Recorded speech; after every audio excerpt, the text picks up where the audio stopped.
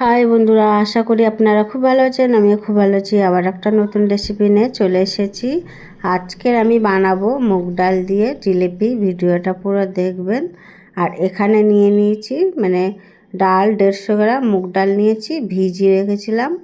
আর দেখুন ডালটা খুব ভালোভাবে ভিজে গেছে। এবার আমি জল ঝরিয়ে মিক্সির জারেতে দিয়ে পেস্ট করে নেব। আর মিক্সির জারেতে ডালগুলো সব দিয়ে দিয়েছি।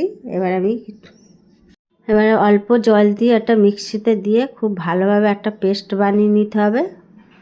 আর দেখুন পেস্ট করা হয়ে গেছে। একদম মিহি করে কিন্তু পেস্টটা করে নিচ্ছি, কোনো রকম দানা দানা যাতে না থাকে। এবার একটা পাত্রে ঢেলে নেব।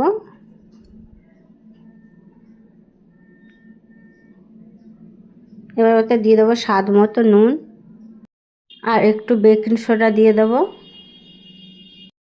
দিয়ে খুব ভালোভাবে একটু ফেটিয়ে নিতে হবে। খুব ভালোভাবে ডালটাকে ফেটিয়ে নিতে হবে কিন্তু। আর ফেটিয়ে একদম কালারটা ডালের অন্যরকম একটা এসে যাবে, কালারটা চেঞ্জ হয়ে যাবে।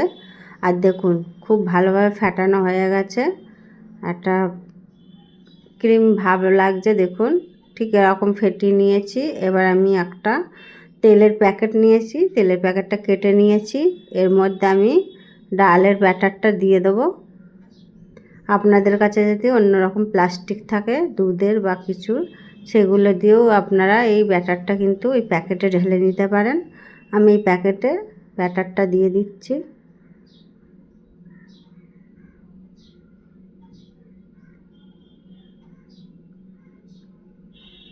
প্যাকেটে আমি কিন্তু দেখুন ব্যাটারটা পুরো ভরে নিয়েছি। এবার আমি এক কোণ কাঁচি দিয়ে কেটে নেব। একটু ছোট করে কেটে নিতে হবে। দেখুন কাটা হয়ে গেছে, ব্যাটারটা কিন্তু বেরিয়ে আসছে। এবার আমি একটা প্যানে তেল গরম বসিয়ে দিয়েছিলাম আগে থাকতে।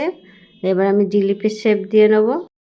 আর এইভাবেই কিন্তু জিলিপির শেপ দিয়ে জিলিপিগুলো ভেজে নিতে হবে খুব ভালোভাবে। জিলিপিগুলো মুচমুচে করে ভেজে নিতে হবে। আর গ্যাসের ফ্লেমটা কিন্তু মিডিয়ামে করে রাখতে হবে। আর উল্টে পাল্টে জিলিপিগুলো একটু একটা কালার আসা পর্যন্ত ভেজে নেব। আমরা তো ময়দার জিলিপি খেয়েছি, আবার এই জিলিপিটা খেয়ে দেখবেন একবার, খুব ভালো লাগে। আর দেখুন কালারও এসে গেছে, জিলিপিগুলো মুচমুচে ভাজা হয়ে গেছে, তুলে নেব। এই একইভাবে সব জিলিপিগুলো কিন্তু আমি ভেজে নিয়েছি। দেখুন একটা থালাতে অনেকগুলোই জিলিপি হয়ে গেছে, কত সুন্দর হয়েছে দেখুন জিলিপিগুলো। এবার একটা পাত্র বসিয়ে দেবো, মিষ্টির চিনির রস বানিয়ে নেব। 1 বাটি জল আর 1 বাটি চিনি। এখানে 2-3টে এলাচ দিয়ে দেবো আর একটু কেশর দিয়ে দেবো। দিয়ে এটা খুব ভালোভাবে ফুটিয়ে নিতে হবে। একটু দেখুন চিনিটা কিন্তু খুব ভালোভাবে গলে গেছে। আর চিনিটা খুব ভালোভাবে গলে গেলে গ্যাসটা অফ করে দিতে হবে। এবার আমি জিলিপিগুলো দিয়ে দেবো রসের মধ্যে, গরম গরম রসের মধ্যে জিলিপিগুলো দিয়ে দিতে হবে। জিলিপির গায়ে খুব ভালোভাবে রস দিয়ে দিতে হবে, একটু নাড়িয়ে চাড়িয়ে। এইভাবেই কিন্তু সব জিলিপিগুলো দিয়ে আমি কিছুক্ষণের জন্য ঢাকা দিয়ে রাখবো, 1-2 ঘন্টার জন্য।